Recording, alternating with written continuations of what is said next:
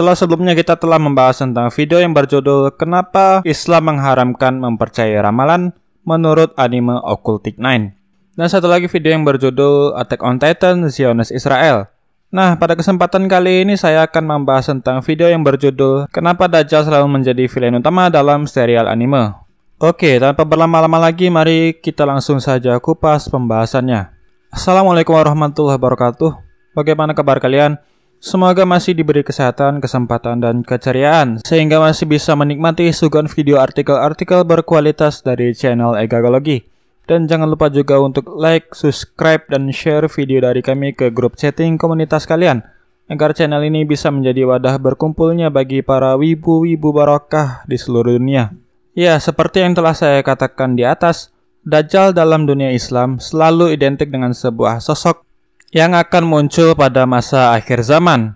Hal itu juga menandai bangkitnya kembali persatuan Islam di bawah komando satu khalifah yang bernama Al-Mahdi.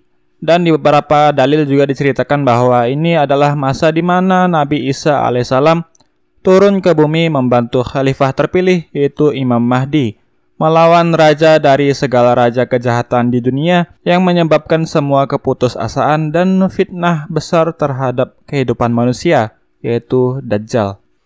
Ya, Dajjal memang dikisahkan sebagai seorang yang akan menjadi ujian terberat bagi umat manusia. Karena dengan kemunculannya dimulailah sebuah masa di mana dunia menjadi kekeringan tanpa makanan. Bahkan hujan pun tidak turun.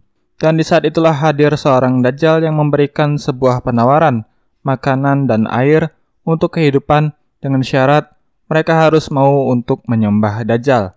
Bagi orang-orang yang beriman dan memegang teguh iman Islam, pastinya mereka akan melewati ujian ini dengan kesabaran.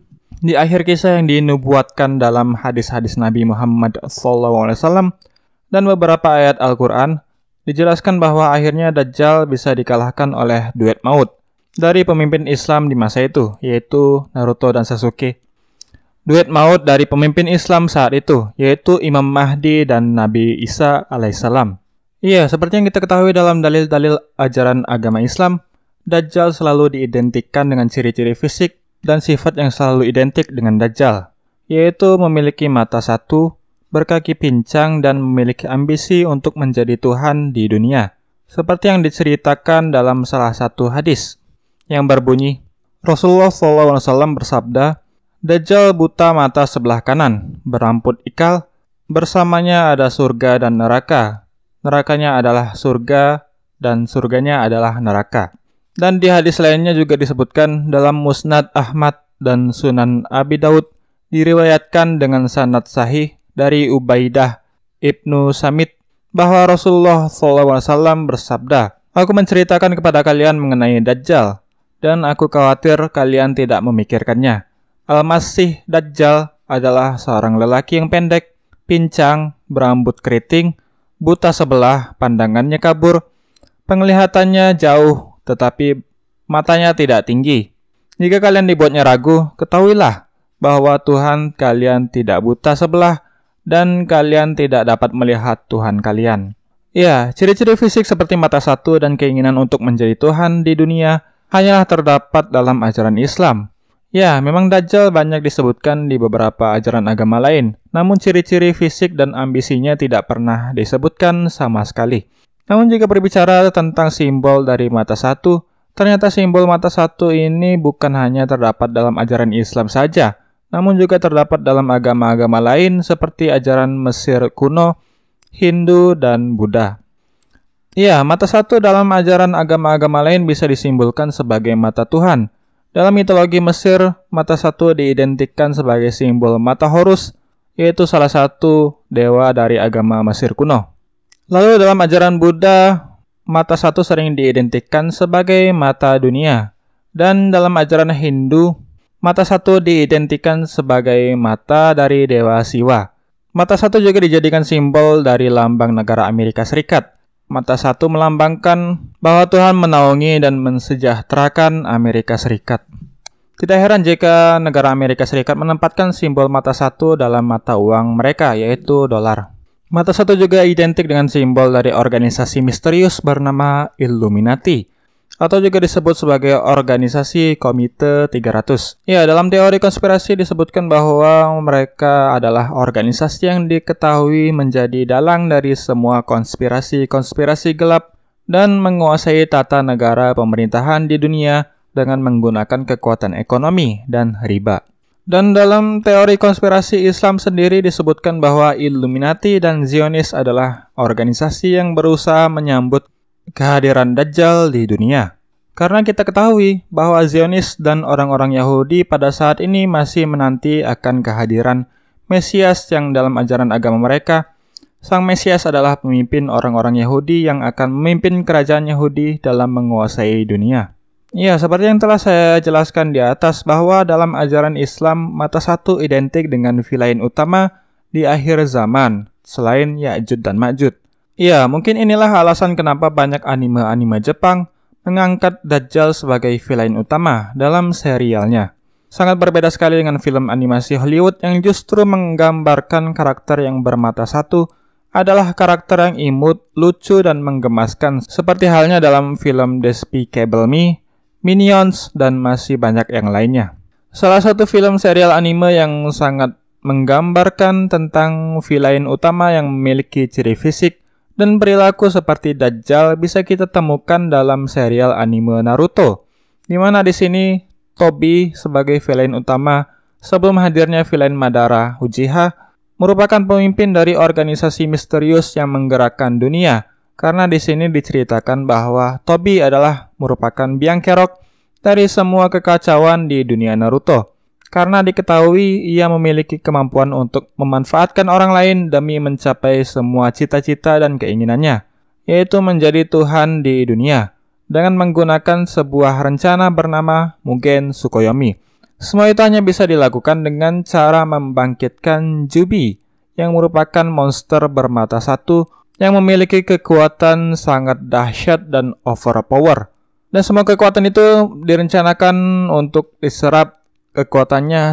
Dengan menyerap kekuatan Jubi tersebut, Tobi bisa menjadi seorang Jinchuriki Jubi, sehingga ia mendapatkan kekuatan overpower dari Jubi tersebut.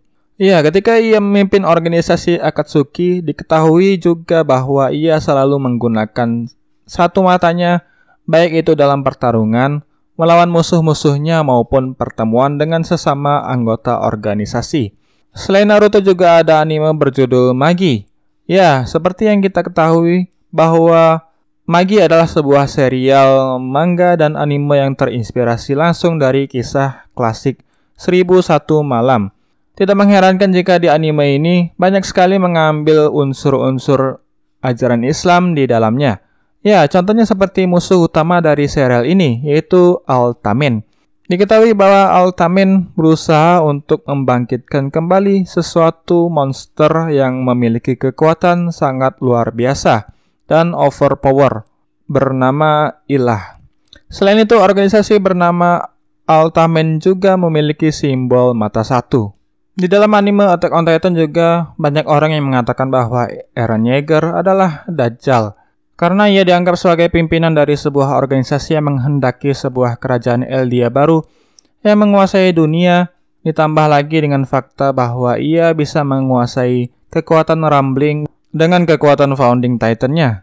Dan ia juga telah menguasai semua Titan-Titan kuat yang berada di pihaknya. Walaupun tidak memiliki bentuk fisik seperti Dajjal, yaitu bermata satu dan memiliki kaki pincang, kecuali hanya di satu episode, yaitu di episode kelima dari anime Attack on Titan season keempat atau final season, di mana di sana ia digambarkan berpenampilan memakai perban di salah satu matanya dan salah satu kakinya dibuat pincang. Dan jika melihat dari ambisinya yang sangat idealis untuk membebaskan semua kaumnya dari penindasan orang-orang di luar sana, bisa dikatakan ia ingin mengatur dunia seperti yang dikehendakinya. Sepertinya mungkin saja sang kreator dari anime Attack on Titan ini membuat kisah anime Attack on Titan mengambil referensi gabungan dari kisah Ya'juj dan Ma'juj serta kisah Dajjal dalam ajaran Islam kali ya. Lalu di anime berjudul Full Metal Alchemist Brotherhood juga diceritakan bahwa villain utama atau biang kerok dari semua peperangan dan kejahatan di anime tersebut adalah hasil inisiatif dari sebuah makhluk bermata satu, yaitu Homunculus pertama. Selain itu di anime One Punch Man juga sebuah makhluk bermata satu bernama Lord Boros merupakan salah satu villain yang dapat mengimbangi Saitama sebagai protagonis utama dalam serial ini. Ya, selain memiliki kekuatan yang overpower, ia juga memiliki ambisi untuk mengalahkan para lawan-lawannya dan bertarung untuk menyalurkan hobinya. Lalu di dalam anime yang berjudul Robotic Notes juga disebutkan bahwa organisasi misterius yang bernama Komite 300 adalah organisasi yang menjadi dalang dari semua kejahatan yang terjadi di dunia serial visual novel Science Adventure yang mencakup dunia dari anime terkenal Steins Gate, Chaos Head, dan Occultic 9 serta Robotic Notes. Diketahui bahwa Komite 300 menguasai organisasi CERN yang merupakan organisasi villain utama dari anime Steins Gate. Yap, anime-anime di atas adalah bukti bahwa Dajjal selalu menjadi villain atau musuh alias antagonis dari serial-serial anime di atas. So, jika saya ditanya kenapa Dajjal selalu menjadi villain dalam anime, mungkin saya tidak memiliki kewenangan untuk menjawabnya. Yang jelas, Dajjal dalam agama Islam emang sangat jelas sebagai villain utama bagi umat manusia di akhir zaman, selain Ya'jud dan Ma'jud. Ya, karena saya tidak mau menjawab dan kita semua juga tidak mengetahui kenapa para kreator manga dan anime Jepang selalu berusaha memasukkan Dajjal sebagai villain dalam serialnya. Untuk permasalahan ini mungkin kalian bisa menyimpulkan sendiri jawabannya ya. Ya, mungkin sekian dulu pembahasan kita tentang kenapa Dajjal selalu menjadi villain utama dalam serial anime. Semoga pembahasan kali ini bisa bermanfaat untuk kalian dan jangan lupa juga untuk like, subscribe, dan share video dari kami ke grup chatting komunitas kalian agar channel ini bisa menjadi wadah berkumpulnya bagi para wibu-wibu barokah di seluruh dunia. Akhir kata, assalamualaikum warahmatullahi wabarakatuh. Salam hangat egakologi.